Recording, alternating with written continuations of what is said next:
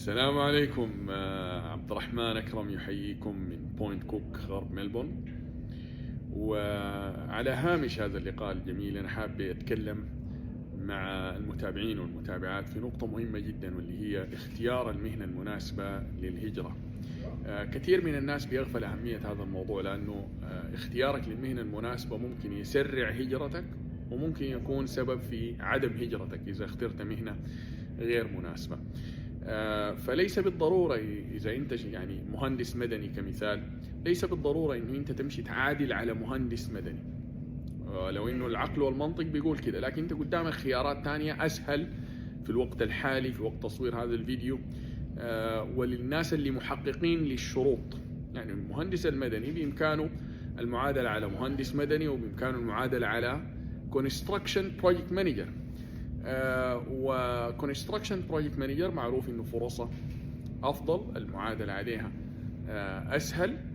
وقس على ذلك في ناس شغالين في قطاعات اخرى بامكانهم المعادله على اكثر من مهنه، زي مهن المبيعات والتسويق وما الى ذلك. فكل هذه الاشياء انت محتاج تحيطها بكثير جدا من الدراسه عشان تفهم يا تو مهنة اللي فرصها أفضل، ويا تو مهنة اللي منافسة عليها أقل، عشان تختارها وتبتدي تعادل عليها، وتبتدي تقدم وتخليها هي البرايمري اوكيوبيشن بتاعك. في ناس عندهم المقدرة انهم يعادلوا على أكثر من مهنة، ودي من الحالات اللي مرت علي أنا شخصيا. شفت مهندسين عادلوا على Construction Project Manager و Professional Engineer as a Civil Engineer. شفت مهندسين كهرباء عادلوا على Production Engineer وعادلوا على Electrical Engineer.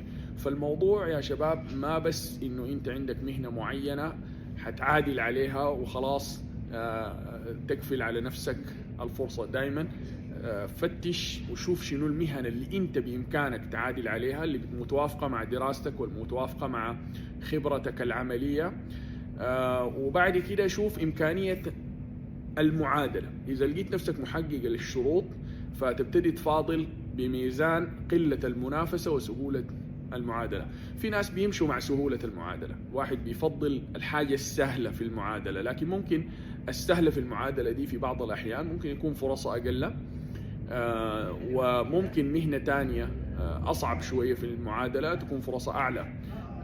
ودي ما قاعدة، لأنه في مهن زي Construction Project Manager معادلتها أسهل من Civil Engineer as a Professional Engineer يعني، ولا زالت فرصة أعلى كمان من Civil Engineer.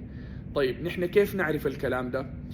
بإمكانكم إنكم تحجزوا استشارة مجانية، إن شاء الله حكون معاكم لايف على زوم برفقة الكوتش رضا، عشان نفهمك حجم الفرصة بتاعتك، عشان نناقش معاك بروفايلك انت، بظروفك انت، بخبرتك انت، بشهاداتك انت، مش بس حاجة اسطمبة عامة الناس تمشي عليها. فنفهم وضعك شنو، وبعد كده نبتدي نوجهك في المسارات الأنسب ليك قبل ما تبدأ تمشي في مشوار الهجرة.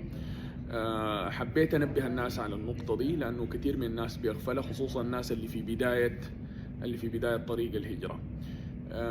لو عندكم أي أسئلة وأي استفسارات تقدروا تتواصلوا معنا كذلك على واتساب الصفحة.